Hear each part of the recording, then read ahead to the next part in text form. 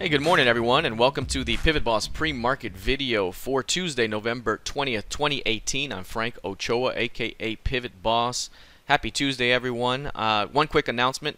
This will be the last pre-market video until next Monday, which will be Monday, November 26th. So we will be taking a little bit of a break here heading into the holiday shortened week, but for the most part what we're looking for here in the markets is for some semblance of strength still, and we've rebounded hard from these upper levels here. We knew that that could be the case. We knew that bears would come in pretty hard there, and they have, but we haven't really found strong lows off the bottom edge yet, and that's what we're really looking for. And for the most part, what we're looking for over here is, are we going to form a higher low off of this recent pivot low of 26 and try to rebound back up a little bit? Or do we need to come out here, grab it, and fail there and come up? Or do we need to come out here and get the year's lows? And I've mentioned all year long that I thought that the best buy on the board would be a retest of these lows, and we had never gotten it. And so perhaps we're going to get our time here pretty soon. So this market still hasn't found that strong low that we'd like to see, and perhaps we do need some more downside. Again, we haven't found it, so I haven't really been gung-ho about any of these bottoms that we've seen here, and instead I'm waiting for the bigger buying opportunity. We could have more downside to this level over the coming weeks, but even in the short term, you know, there could be some ebb and flow in here as well. So again, not the easiest of environments at the moment, but we will continue to watch those high probability areas down below for signs of rejection if we reach them. If we take a look at the NQ here, you'll see the same type of behavior, only this one is already at the previous month's low. So here's the previous month's low here from October. We're below it. So if we were going to see kind of a little relief rally here the rest of the week, for the holiday shortened week, it would happen upon a rejection below these lows. So if price starts to turn around back above 6,600 and hold, that could be a sign that perhaps we come back towards 7K or something like that. That could be a short little relief rally. But at the moment, this thing is looking rather bearish. And like the ES, maybe we need to come down here and grab that lower key level, which is the lows of the year. This LVN would be the best buy on the board. We've talked about it all year. Again, we haven't reached it. Maybe that time is coming as well. So we could be looking at an opportunity here to buy this way back up.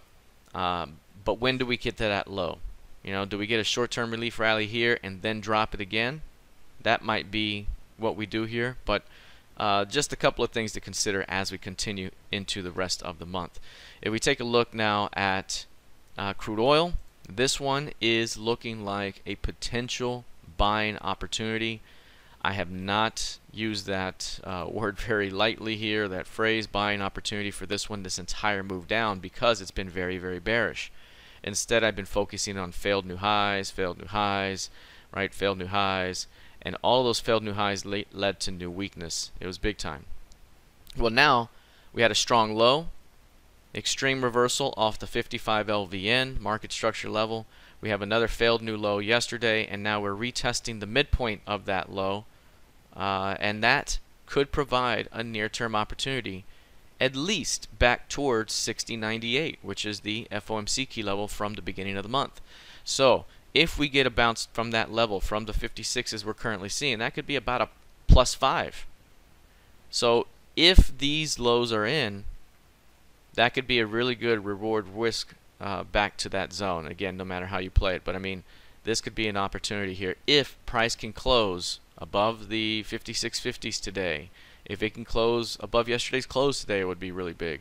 At some point above 58 though, squeeze is big, and we could be back at 60.98 basically in one day when that starts. So we will see if this starts to get a bounce. I am not super confident, but the framework is there for a bounce, and so it makes sense to at least try to get in here. And if it starts to fail, then perhaps we get another round of weakness. Remember, Below 55 opens up 49. So if we're going to fail to hold 55s, we got 49 below as value. If we're going to hold 55s, we can bounce as high as 65, 66 and have a lot of confluence of targets in that zone and still do whatever it wants to do after that, be bearish or be whatever. But again, we have a lot of upside here, and if we break 55s, again, that's a major level that could open up much more weakness. So we'll continue to watch that as well. If we take a look lastly at Bitcoin, this one was down about 9+% earlier. I mentioned the 4,400 target. We are sitting at 4,400 right at this moment. So I've been talking 4,400 for a very long time.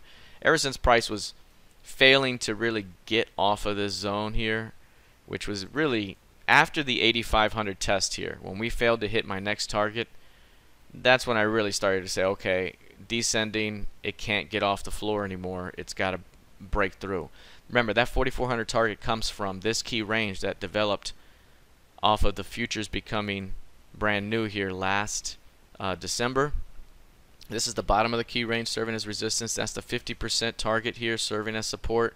And then when it breaks down, it got down here to 44. So again, this one right here is one that after reaching 4,400, I could see a scenario now where we may see a short-term bounce back up, back towards 6K, but now support may turn to resistance, and that could be another opportunity downward. So while the short-term bounce may occur off the zone, the overall selling may not be done. 2,100 still below if this thing can't get back above 6K.